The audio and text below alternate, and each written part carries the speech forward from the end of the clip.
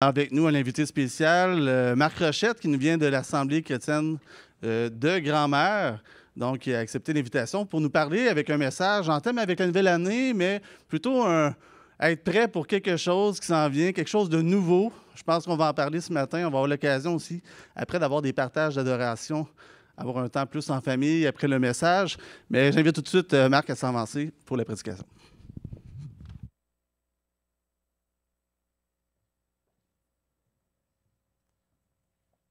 Merci David. On va voir si le son est pas pire.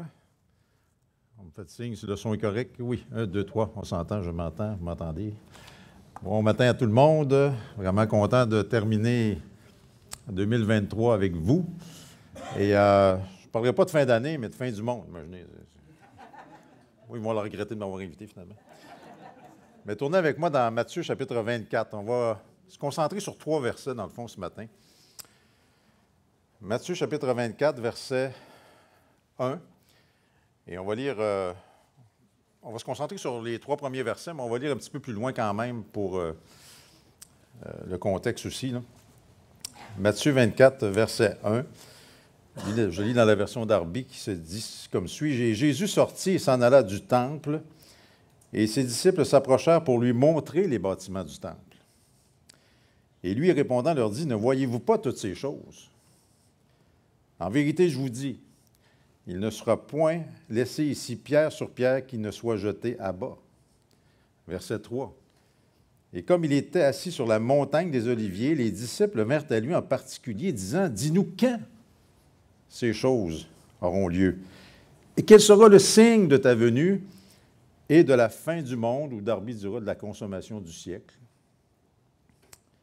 Verset 4. Et Jésus répondant leur dit, « Prenez garde, que personne ne vous séduise, car plusieurs viendront en mon nom, disant, « Moi, je suis le Christ. » Et ils en séduiront plusieurs. Verset 6, « Et vous entendrez parler de guerre et de bruit de guerre. » Écoutez, c'est assez d'actualité. Hein? Ukraine, Russie, Israël. Mais qu'est-ce qu'il dit? Prenez garde que vous ne soyez troublés. Paniquez pas, hein? Car il faut que tout arrive. C'est prévu dans le plan. Mais la fin n'est pas encore. Verset 7. Car nation s'élèvera contre nation et royaume contre royaume. Il y aura des famines et des pestes et des tremblements de terre en divers lieux. Peut-être que dans votre version, vous n'avez pas le mot peste, mais on l'a dans le texte parallèle de Luc. Certains manuscrits ne l'ont pas dans Matthieu. Mais il y aura des famines, des pestes, des tremblements de terre en divers lieux. Mais regardez le verset 8.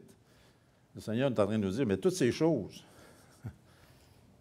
sont un commencement de douleur. Écoutez, versets 4, 5, 6, 7.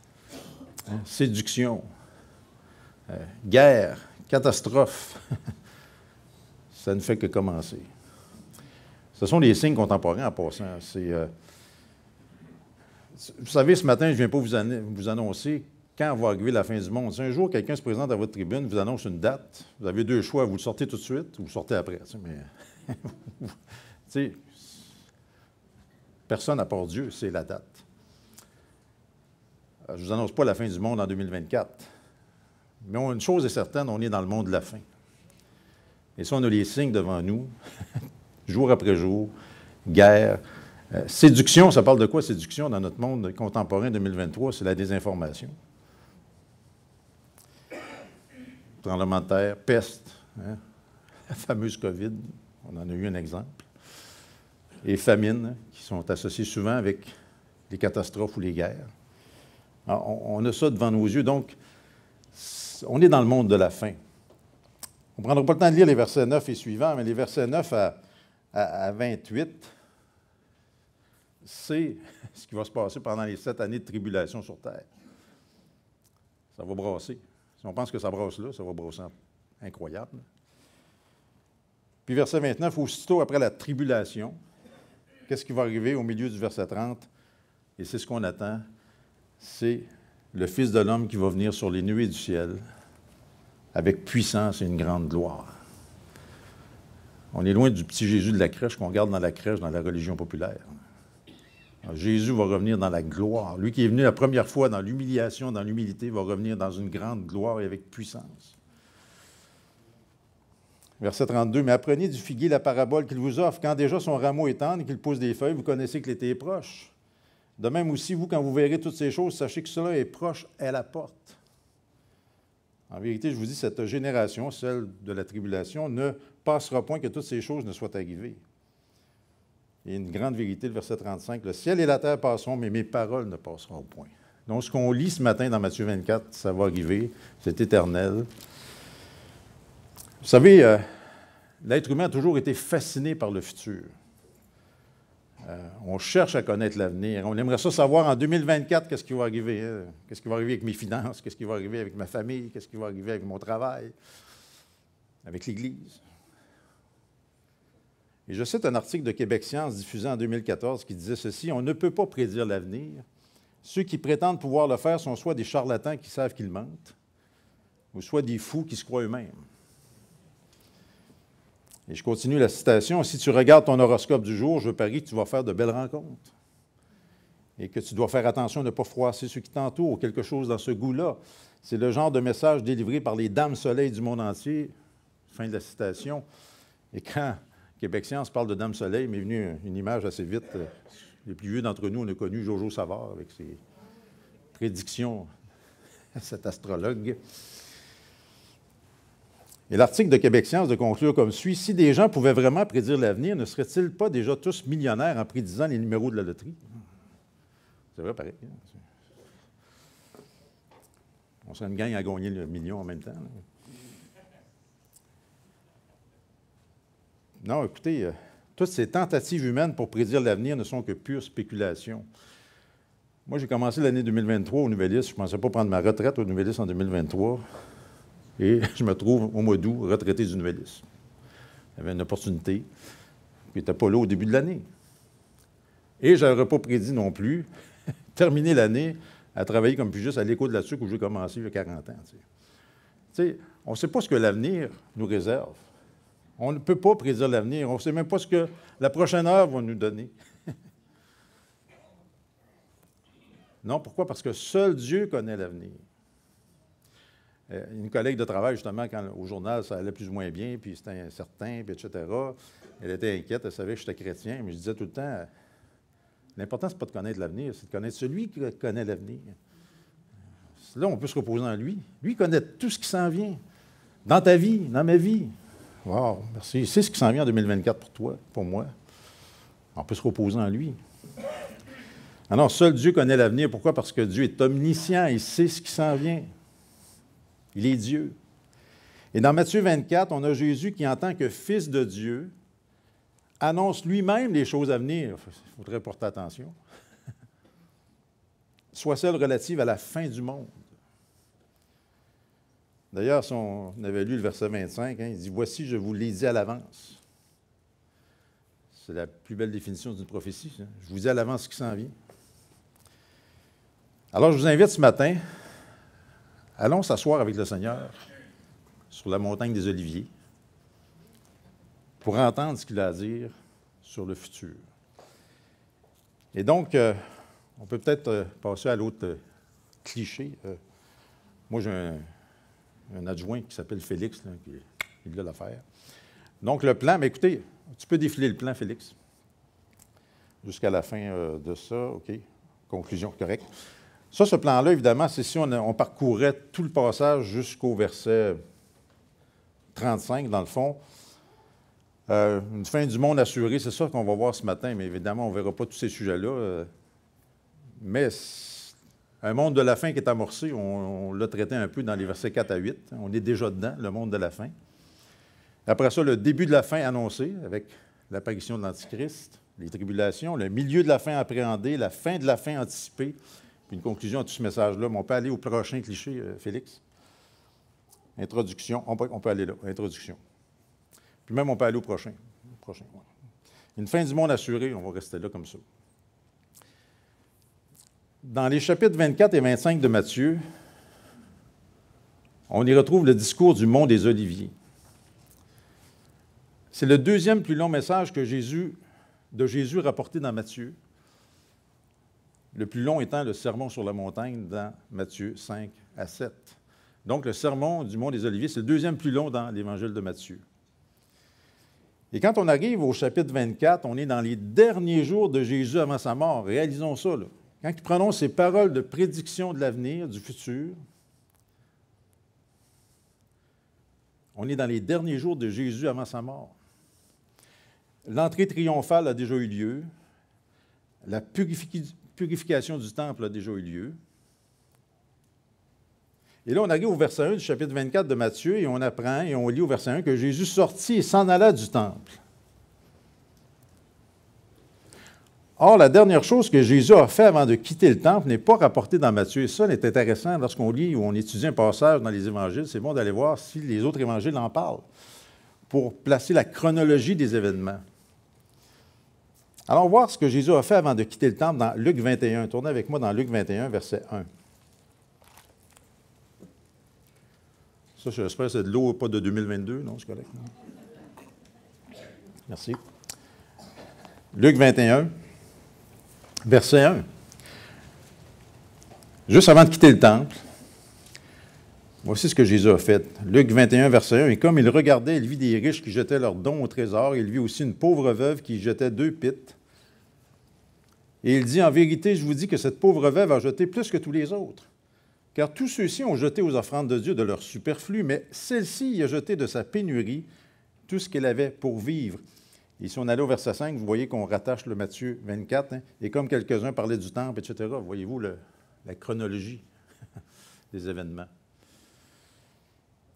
Et je trouve ça intéressant qu'avant de quitter le temple, Jésus va prendre la peine de regarder ce que cette pauvre veuve met dans l'offrande.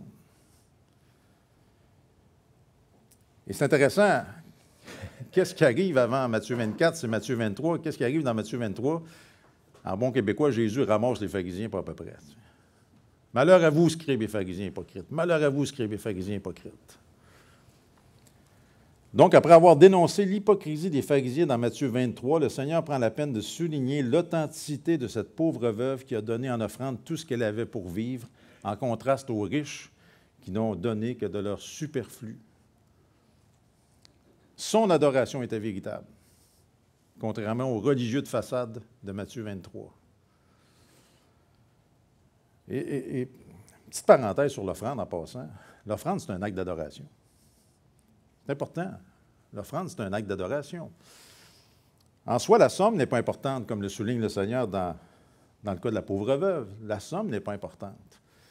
Mais l'important, selon 2 Corinthiens 9, 7, c'est que chacun donne comme il l'a résolu en son cœur, sans tristesse ni contrainte, car Dieu aime celui qui donne avec joie.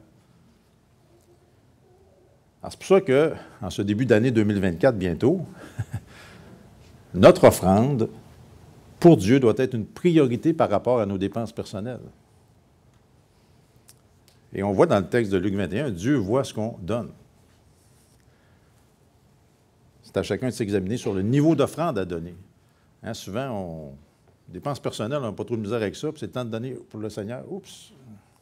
C'est l'inverse qui devrait se faire. Une exhortation pour chacun d'entre nous. Et donc, après avoir observé cette pauvre veuve, l'authenticité de son adoration qui contrastait avec l'hypocrisie religieuse, bien là, Jésus quitte le temple à ce moment-là. Jésus quitte le temple à ce moment-là. Déjà, à la fin du chapitre 23 de Matthieu, sans tourner, il avait déclaré « Voici votre maison, vous a laissée déserte ». Il avait déjà prophétisé ce qu'il allait préciser dans Matthieu 24. Puis même lors de son entrée triomphale, quelques jours plus tôt, regardez, on est dans Luc, là, Luc 19. Regardez, il avait déjà parlé de Jérusalem et du temple dans Luc 19, verset 41.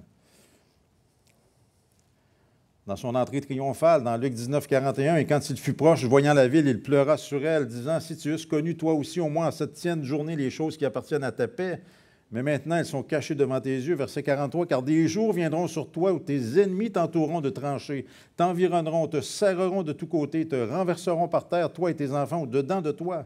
Ils ne laisseront pas en toi pierre sur pierre, parce que tu n'as point connu le temps de ta visitation. » Le Seigneur avait déjà évoqué la destruction du temple et de Jérusalem lors de son entrée triomphale. Maintenant, depuis que le Seigneur a quitté définitivement le temple ce jour-là, selon Actes 17, 24, sans tourner, le Dieu qui a fait le monde et toutes les choses qui y sont, lui qui est le Seigneur du ciel et de la terre, n'habite pas dans des temples faits de main d'homme. Et 1 Corinthiens 6, 19 nous rappelle que ne savez-vous pas que votre corps est le temple du Saint-Esprit maintenant, qui est en vous, que vous avez de Dieu. Quelle grande vérité comme croyant, on est devenu le temple du Saint-Esprit. Christ habite en nous maintenant. Il n'y a plus de temple fait de main d'homme, depuis qu'il a quitté ce temple terrestre. Donc, si on revient dans Matthieu 24, au verset 1, Jésus quitte le temple, et on va lire la suite du verset 1. Il va dire, Jésus sortit et s'en alla du temple, Matthieu 24, 1, et ses disciples s'approchèrent pour lui montrer les bâtiments du temple. Wow, les autres étaient impressionnés par les bâtiments du temple. C'est intéressant, je méditais ce verset-là, puis je me dis, wow, les disciples se préoccupent du temple alors que pourtant la présence de Dieu n'est même plus dans le temple. Puis même, pire que ça, le temple est devenu une caverne de voleurs, comme le dit le Seigneur lorsqu'il a fait le ménage, dans Matthieu 21, 13. Puis quand je voyais les disciples être impressionnés par les bâtiments du temple alors que le Seigneur n'était même plus dans le temple, ça me faisait penser qu'en 2023, bientôt 2024, nous aussi, dans notre monde évangélique, on met beaucoup d'emphase, beaucoup d'importance sur les bâtiments. Ah, merci Seigneur pour nos bâtiments. On n'est pas en train de critiquer nos bâtiments, puis la nécessité d'agrandir parfois. Mais dans notre monde évangélique, on met beaucoup d'importance sur le bâtiment. On est prêt à investir beaucoup d'argent pour quelques heures de réunion à peine par semaine, au lieu de mettre l'accent sur la présence de Dieu au sein du rassemblement de croyants, aussi modeste soit le lieu de réunion. Alors, je trouve que nous aussi, dans notre monde évangélique, at large, on se laisse souvent impressionner par les grands bâtiments évangéliques. Impressionnants. Mais regardez la réponse du Seigneur au verset 2 de Matthieu 24, lorsque les disciples s'approchent pour lui montrer les bâtiments du temple. Verset 2, « Et lui répondant », en passant, il répond parce qu'il leur a posé des questions, les disciples. Encore là, il faudrait aller voir le texte parallèle, on ne prendra pas le temps, mais dans Marc 13, 1, lorsque les disciples s'approchent du Seigneur, ils lui disent, « Maître, regarde quelle pierre et quel bâtiment. » On n'a pas ça dans Matthieu, là. Hey, regarde quelle pierre et quel bâtiment. Puis dans l'autre texte parallèle de Luc 21, 5, on fait remarquer au Seigneur que le temple est orné de belles pierres et de dons. C'était tous ces objets apportés en offrande par les riches, des sculptures en or, des plaques dorées, des trésors qui ornaient les murs du temple. Hey, Seigneur, regarde ça, comment c'est beau! Alors, le Seigneur lui répond à toute cette déclaration des disciples au verset 2 de Matthieu 24, et lui répondant leur dit, « Ne voyez-vous pas toutes ces choses que vous trouvez tellement belles, impressionnantes? » Ah, wow! Qu'est-ce qu'il va dire? En vérité, je vous dis, il ne sera point laissé ici pierre sur pierre qui ne soit jeté en bas. Ça va tout disparaître. Wow! Vas-tu poigner de quoi, les autres? Ah, ouais? Lui qui, 2 jours plus tôt, avait renversé les tables dans le temple, annonce qu'un jour, ce seront les pierres même du temple qui seront renversées. Toute une déclaration, d'autant plus que le temple était l'un des bâtiments les plus impressionnants du monde, avec des pierres dont certaines présentaient, dit-on, une seule pierre présentait une face de 40 pieds elle seule, par 12 pieds par 12 pieds. Puis, ça, c'est une pierre. Il dit, toutes les pierres vont être renversées. Wow! Ça prend une puissance incroyable. Qu'est-ce qui va se passer? Petite note importante, je pense, c'est évidemment, il ne s'agissait pas du premier temple fait par Salomon, car il avait été détruit par les Babyloniens en l'an 587 avant Jésus-Christ. Quelques décennies plus tard, Cyrus a permis aux Israélites de retour d'exil de bâtir un temple sur le même site, et ce, sous le leadership de Zorobabel. Et ce nouveau temple, plus petit que le premier, fut achevé en l'an 515 avant Jésus-Christ. Et c'est en l'an 20 avant Jésus-Christ qu'Hérode le Grand a commencé à rénover le temple de Zorobabel pour en faire l'une des merveilles de l'Ancien Monde. 2 fois plus grand, d'ailleurs, que le temple de Zorobabel. Puis même si au temps de Jésus, c'était déjà magnifique, les derniers travaux de rénovation se sont étendus jusqu'en l'an 64. 6 ans avant que tout soit détruit. Wow. Fini de rénover le temple, paf, 6 ans après, bonsoir, il est parti. Tel que prédit. Matthieu 23, 3. On lit le texte. « Et comme il était assis sur la montagne des Oliviers, les disciples vinrent à lui en particulier. » En passant, comme il était assis, c'était la position d'un enseignant qui donne une leçon importante. Le Seigneur Jésus, à quelques jours de mourir, pour chacun d'entre nous, prend la peine de s'asseoir sur le mont des Oliviers pour enseigner. Hein? Le mont des Oliviers, dans le fond, il y avait la vue qu'on a à l'écran. C'est la vue qu'avait le Seigneur quand il a enseigné ça. C'est comme si on était assis avec lui ce matin sur le mont des Oliviers. En passant, moins de 50 jours plus tard, après ce sermon sur le mont des Oliviers dans Matthieu 24, moins de 50 jours plus tard, Jésus est monté au ciel à partir de où? De cette même montagne. Et c'est à ce même endroit qu'il reviendra sur terre un jour, selon Zacharie 14, 4.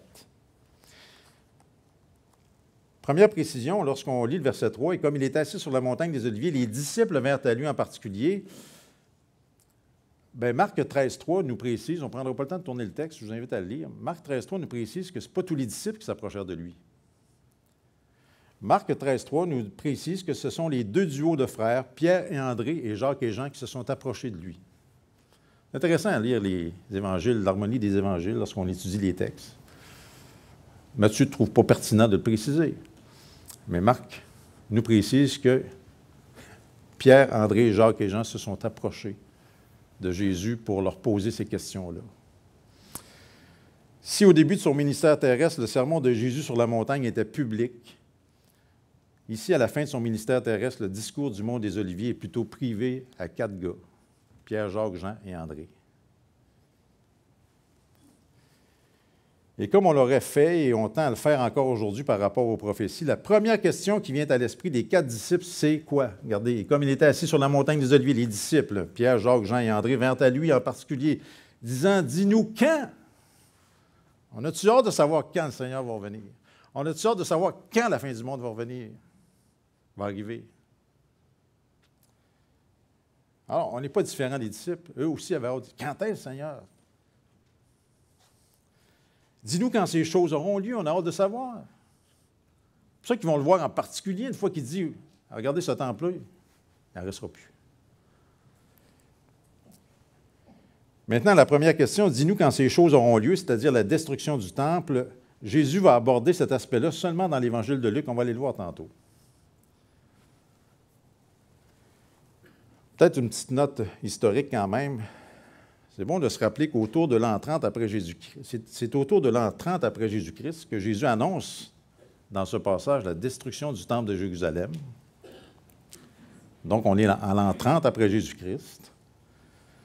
Maintenant, à l'an 66 après Jésus-Christ, les Juifs de la Judée se sont rebellés contre leur dominateur romain.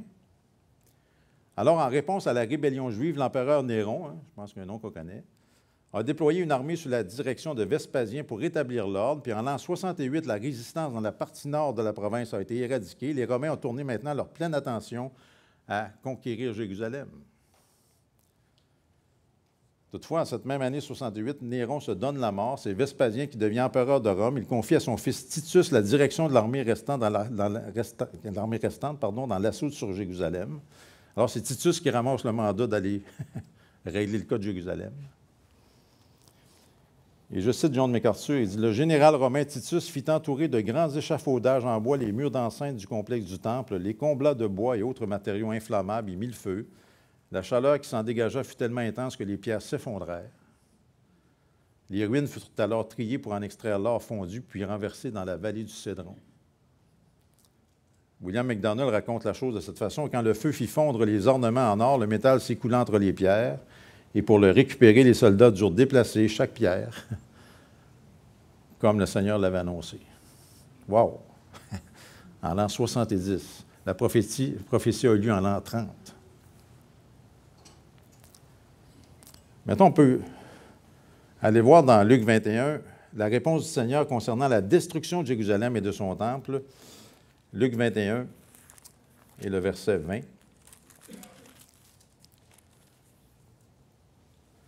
Luc 21, verset 20. Et quand vous verrez Jérusalem environnée d'armées, sachez alors que sa désolation est proche. Hein? Verset 24, ils tomberont sous le tranchant de l'épée, ils seront menés captifs parmi toutes les nations. Jérusalem sera foulée aux pieds par les nations jusqu'à ce que les temps des nations soient accomplis. Alors, la prophétie que le Seigneur annonce dans Matthieu 24, la destruction du temple, s'est réalisée 40 ans après que le Seigneur l'ait prononcé, en l'an 70. Maintenant, on peut se poser la question, lorsqu'on vient à notre texte de Matthieu 24, pourquoi Jésus a-t-il prophétisé la destruction du temple avant d'y aller de sa prophétie sur la fin du monde? Parce que dans le fond, c'est ça, il sort du temple, les disciples lui montrent les beautés du temple, le Seigneur prend la peine d'annoncer que ce temple-là va disparaître. Mais pourquoi a-t-il prophétisé la destruction du temple avant d'y aller tout de suite de sa prophétie sur la fin du monde? Bien, c'est que la réalisation de la destruction du temple à court terme, 40 ans plus tard, assure que tout le reste de la prophétie de Matthieu 24 se réalisera aussi à moyen et long terme. C'est une garantie, écoutez, on n'a pas besoin de garantie avec le Seigneur. On sait que sa parole se réalise. Mais le Seigneur est en train d'accréditer la suite des prophéties. Et je vous annonce que ce temple-là que vous admirez de manière incroyable, il ne restera plus pierre sur pierre. 40 ans plus tard, ça arrive. On peut être sûr ce matin, plus que jamais, même si on est chrétien, on sait que la parole est vraie, que tout ce qu'il va annoncer, tout ce qui est annoncé par rapport à ce qui s'en vient avec la fin du monde, ça va arriver. Puis on le voit devant nos yeux même aujourd'hui. Merci Seigneur pour sa parole. Plusieurs personnes se demandent comment le monde va finir. Certains pensent à une catastrophe nucléaire. D'autres appréhendent les effets de la surpopulation ou de la pollution ou du réchauffement climatique. J'ai déjà dit, je l'ai déjà dit ici, les gens se préoccupent de la chaleur de la Terre. Ils devraient se préoccuper de la chaleur de l'enfer, parce que c'est là que ça va brasser.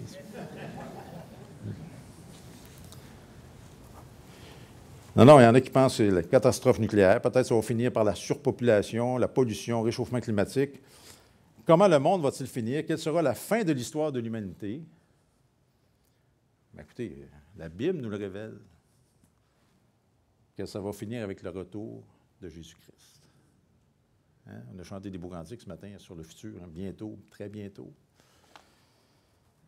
En passant, on estime environ 333 le nombre de promesses contenues dans l'Ancien Testament au sujet de Christ. Or, 109 de ces promesses ont déjà été accomplies lors de sa première venue. Il en reste 224 à être accomplies lors de sa seconde venue. Autant les 109 premières ont été accomplies à la lettre, les 224 autres vont être accomplis à la lettre aussi. Des 46 prophètes de l'Ancien Testament, 10 d'entre eux réfèrent à sa première venue, alors que les 36 autres réfèrent à sa seconde venue. Pour moins de 1527 versets de l'Ancien Testament, écoutez, je n'ai pas compté ça, même si je suis à la retraite, j'ai d'autres choses à faire, là, mais pour moins de 1527 versets de l'Ancien Testament nous révèlent des détails sur la seconde venue de Christ. Bref, dans le Nouveau Testament, ça c'est l'Ancien Testament, dans le Nouveau Testament, un verset sur 25 traite du retour de Christ, on devrait s'en préoccuper. Puis à chaque fois que la première venue de Christ est mentionnée dans la Bible, sa seconde venue est mentionnée 8 fois. C'est 18 contre 1. Et Jésus lui-même a parlé à plusieurs reprises de son retour, dont ici dans le merveilleux sermon sur le mont des Oliviers. C'est notre espérance, frères et sœurs. Jésus revient. Et il y a des prophéties rattachées à ça, des signes. Mais déjà, quand on arrive dans Matthieu 24, les disciples savaient que le Seigneur devait venir dans la gloire de son Père avec les anges. Je leur avais déjà dit dans Matthieu 16, 27, sans les voir. D'où la deuxième et troisième partie de leur question dans Matthieu 23, 3, au sujet de sa venue de la fin du monde. On relit le verset 3. « Et comme il était assis sur la montagne des Oliviers, les disciples, les 4 en question, vinrent à lui en particulier, disant, « Dis-nous quand ces choses auront lieu. » Ça rapport à la destruction du temple. Mais eux, ils veulent savoir encore plus loin. « Et quel sera le signe de ta venue et de la fin du monde? »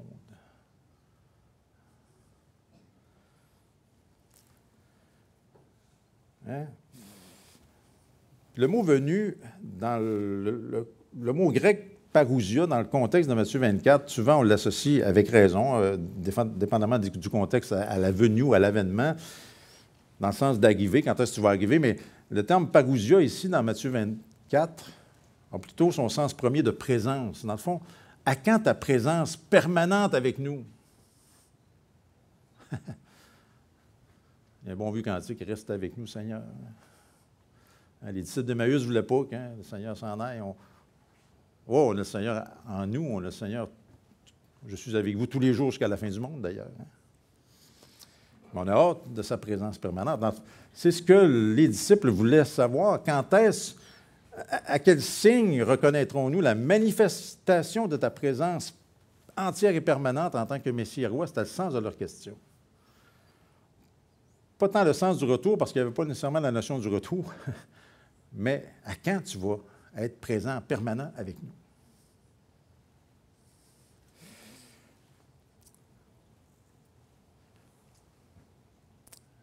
Quant au mot fin, fin du monde, il s'agit d'un mot composé qui désigne la complétude, la culmination finale d'une série d'événements prévus. Dans la Scofield, on précise dans la marge que le littéral, c'est la fin de l'âge présent. Dans le fond, à quand la fin de cet âge présent? C'est ça leur question.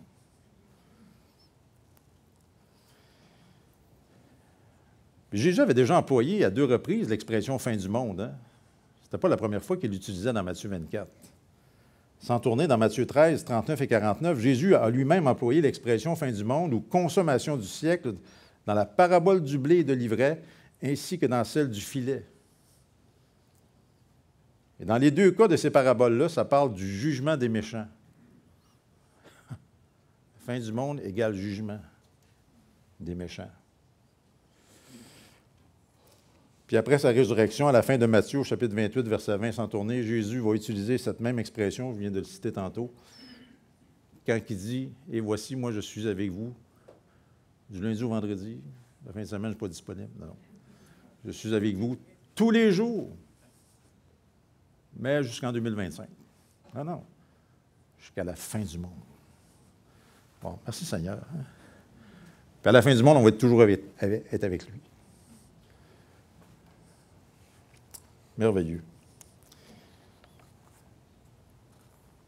Dans le fond, les disciples veulent savoir quand aura lieu non seulement la destruction du temple, mais aussi l'établissement de sa présence et l'instauration de son royaume. Quand, Seigneur, on a-tu hâte de savoir? On aimerait savoir quand. Hein, mais dans Matthieu 24, lui-même, le Seigneur va dire « Mais quant à ce jour et à l'heure, personne n'a en connaissance, pas même les anges des cieux, ce n'est mon Père seul. Dieu seul connaît. Quand il va revenir? Quand la fin du monde? » Peut-être cliquer une autre petite shot, Félix. Merci. Dans le fond, quand on parle de la fin du monde, c'est la fin d'un monde sans Dieu. C'est ça la fin du monde. C'est pas que c'est l'annihilissement. Wow, c'est dur à dire. La disparition de tout le monde. Non, la fin du monde, c'est la fin d'un monde sans Dieu. Tel qu'on le connaît aujourd'hui, on vit dans un monde sans Dieu, marqué de tous ces dérèglements pervers, marqué par tout ce désordre moral. Pas étonnant que dans un tel monde de fous qui rejettent Dieu, les gens ne savent même plus s'ils sont un gars ou une fille. Tu sais. C'est assez spécial. Malgré les évidences biologiques, en passant. Il n'est pas étonnant que dans un tel monde de fous qui rejettent Dieu, non seulement les gens ne savent pas s'ils sont un gars ou une fille, mais aussi la vie n'a plus de valeur. Avec tous ces avortements.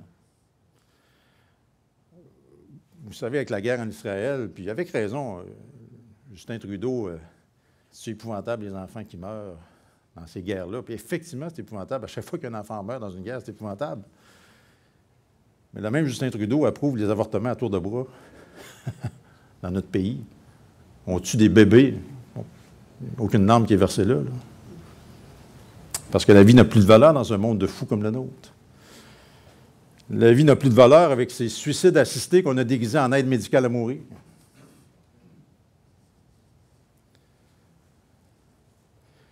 Peut-être qu'on peut afficher la dernière chose, Félix. Alors, aussi certaine était la prophétie relative à la destruction du temple, et l'histoire nous le prouve d'ailleurs en l'an 70, aussi certaine est la prophétie de Jésus sur la fin du monde et sa seconde venue. Bref, la fin du monde, c'est sûr que ça va arriver. Écoutez, pour nous qui sommes sauvés, la fin du monde, c'est une perspective heureuse. Puisqu'elle sera synonyme du règne de Christ avec nous. Hein, pour nous qui sommes sauvés, le meilleur est à venir, même si tout va mal. Mais pour les autres, le pire est à venir. Mais la fin du monde, c'est une perspective terrible pour ceux et celles qui rejettent Christ, qui est le seul moyen d'être sauvés. Pourquoi? Parce que ce sera synonyme de jugement épouvantable, avec des catastrophes apocalyptiques, une condamnation éternelle. C'est ça qui attend ceux qui rejettent Christ. Tournez avec moi dans Jean 3, j'ai un petit 2-3 minutes. Jean 3. On pourrait citer le texte par cœur, on le connaît tellement. Jean 3, 16. Hein?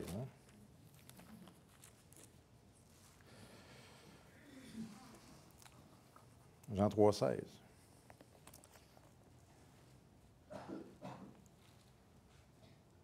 Car Dieu a tant aimé le monde. J'aime tellement cette phrase-là. Ce monde de fous, ce monde pervers, ce monde... On était de ce monde-là en passant, avant d'être sauvés. Alors, soyons calmes sur notre jugement. On était de ce nombre-là. On vivait notre vaine manière de vivre. Ah, peut-être qu'on n'était pas des grands dépravés de ce monde. Peut-être qu'on menait des bonnes petites vies. On t'a perdu quand même. Mais Dieu nous aime. Wow. La grande nouvelle, à la fin de 2023, c'est l'Évangile qui est... Hein, sa parole ne change pas. L'Évangile, c'est quoi? C'est que Dieu t'aime. Dieu m'aime. Puis il nous aime tellement, il t'aime tellement qu'il ne veut pas que tu sois perdu. Il ne veut pas que tu ailles passer ton éternité en enfer. Non, Dieu a tant aimé le monde qu'il a donné son Fils unique. On vient de le célébrer à Noël. Ce Jésus a pris un corps d'homme, né comme bébé, a vécu l'adolescence, la vie adulte, jusqu'à 33 ans à peu près. Une vie parfaite de justice, parce qu'il est Dieu. Car Dieu a tant aimé le monde qu'il a donné son Fils unique, Jésus-Christ, afin que quiconque croit en lui, wow, on ne parle même pas de religion ce matin, ici, là. Il ne dit pas afin que quiconque pratique une religion, afin que quiconque fasse de bonnes œuvres, afin que quiconque... non, non. Afin que quiconque croit en lui, en Jésus-Christ, la foi. Wow. Afin que quiconque croit en lui ne périsse pas, mais qu'il ait la vie éternelle. Pas peut-être que, j'espère que, hein, le paradis à la fin de nos jours, ça a été dit ce matin. Je te souhaite le paradis à la fin de tes jours, on disait ça dans le temps. Je te souhaite. Si tu l'as, tant mieux, si tu ne l'as pas, tant pis. Non, on peut être sûr d'aller au ciel ce matin, en cette dernière année de 2023. On peut naître de nouveau, comme ça a été chanté ce matin, à la fin de 2023, avant même que 2024 arrive. Je peux dormir ce soir et être assuré que si je meurs cette nuit, tantôt, si je l'accepte maintenant, je vais être en sa présence pour l'éternité. Sur la base de la foi seulement. Alors, car Dieu a tant aimé le monde qu'il a donné son Fils unique, Jésus-Christ, afin que quiconque croit en lui ne périsse pas, mais qu'il ait la vie éternelle, maintenant et à jamais. Mais les versets qu'on lit moins, puis je vais prendre les 2 dernières minutes pour ça. 2 plus 2, ça fait 4, donc David, tu me couperas ça sur mon temps. Verset 17, « Car Dieu n'a pas envoyé son Fils dans le monde afin qu'il juge le monde. » Donc, la première fois qu'il est venu, sa première venue, pour laquelle il y avait 109 prophéties, il n'est pas venu la première fois pour juger le monde, mais pour sauver le monde. Hein? C'est ça que ça dit. « Car Dieu n'a pas envoyé son Fils dans le monde afin qu'il juge le monde, mais afin que le monde soit sauvé par lui. » Verset 18, « Celui qui croit en lui n'est pas jugé. » Merci Seigneur. Il n'y a plus aucune condamnation pour ceux qui sont en Jésus-Christ. Romains 8.1. Wow, quelle paix. Ça, c'est vraiment la paix. Mais, verset 18, « Celui qui ne croit pas est déjà jugé. » On est déjà des condamnés à mort lorsqu'on vit au monde, à terre, parce qu'on est séparés de Dieu. Alors, Je suis déjà jugé si je n'accepte pas Christ. Parce qu'il n'a pas cru au nom du Fils unique de Dieu. Le verset 19 nous dit, c'est ici le jugement que la lumière est venue dans le monde et que les hommes ont mieux aimé ou préféré les ténèbres que la lumière parce que nos œuvres sont mauvaises. On est pécheurs de nature. On aime mieux les ténèbres, imaginez-vous, c'est fort. Tu sais, quand tu sors le soir, puis tu brosses, mais souvent c'est dans les ténèbres, dans la noirceur. Oui. On aime les ténèbres, hein? On préfère les ténèbres à la lumière. Verset 20, car quiconque fait des choses mauvaises et la lumière ne vient pas à la lumière de peur que ses œuvres ne soient reprises, mais celui qui pratique la vérité vient à la lumière afin que ses œuvres soient manifestées, qu'elles sont faites en Dieu. Écoutez, la fin du monde va arriver. C'est pour moi qu'il le dit, c'est la parole. Jésus l'annonce. Il dit, c'est comme s'il mettrait en parenthèse, si vous ne me croyez pas, regardez ce que j'ai fait avec le temple. Je l'ai dit, c'est arrivé. Le reste va arriver. Il y aura la séduction. On est dans pleine désinformation en 2023. Il y aura des guerres, bruits de guerre, on en a déjà. Peste, tremblement de terre, famine. Et cela n'est que le début du commencement des douleurs. Moi, je suis un homme, je n'ai pas connu accoucher. J'aime ça agacer les femmes. Il me semble accoucher, c'est facile, c'est fini, mais c'est pas ça. T'sais. Mais semble-t-il qu'il y a des contractions. Puis semble-t-il que plus ça va vers l'accouchement, plus ça fait mal, plus c'est fréquent, plus c'est fort. Mais écoutez, les signes de Matthieu 24 qu'on observe présentement ne feront qu'empirer en fréquence et en force. Alors, ma prière ce matin, c'est que tu te réjouisses de la fin du monde parce que tu es sauvé. Et je te supplie, réconcilie-toi avec Dieu ce matin, parce que la fin du monde va être terrible pour ceux qui ne sont pas sauvés. On va prier. Seigneur, merci pour ce temps qu'on a eu ce matin dans ta parole. Merci pour avoir eu cette grâce à quelques jours de mourir à la croix à notre place, de t'asseoir sur le mont des Oliviers, puis de révéler ce qui s'en vient. Quelle grâce! Et quelle paix qu'on a en toi, Seigneur. Lorsqu'on est sauvé, on est épargné de la colère à venir. Alors, Père, notre prière à la fin de 2023, c'est qu'on puisse vivre pour toi plus que jamais en 2024 comme chrétiens. Qu'on arrête de niaiser avec les choses de ce monde. Il reste peu de temps, soit avant que tu nous appelles à toi, soit que tu reviennes. Mais notre prière aussi, c'est qu'avant ton retour, tu puisses sauver toutes nos familles. Des conjoints convertis, des parents convertis, des enfants convertis. Parce qu'on sait que tu as la puissance de sauver toutes nos familles. Puis c'est notre prière. Mais aussi, Seigneur, on veut dire, comme on le lit dans l'Apocalypse, viens bientôt, Seigneur. Au nom de Jésus-Christ. Amen.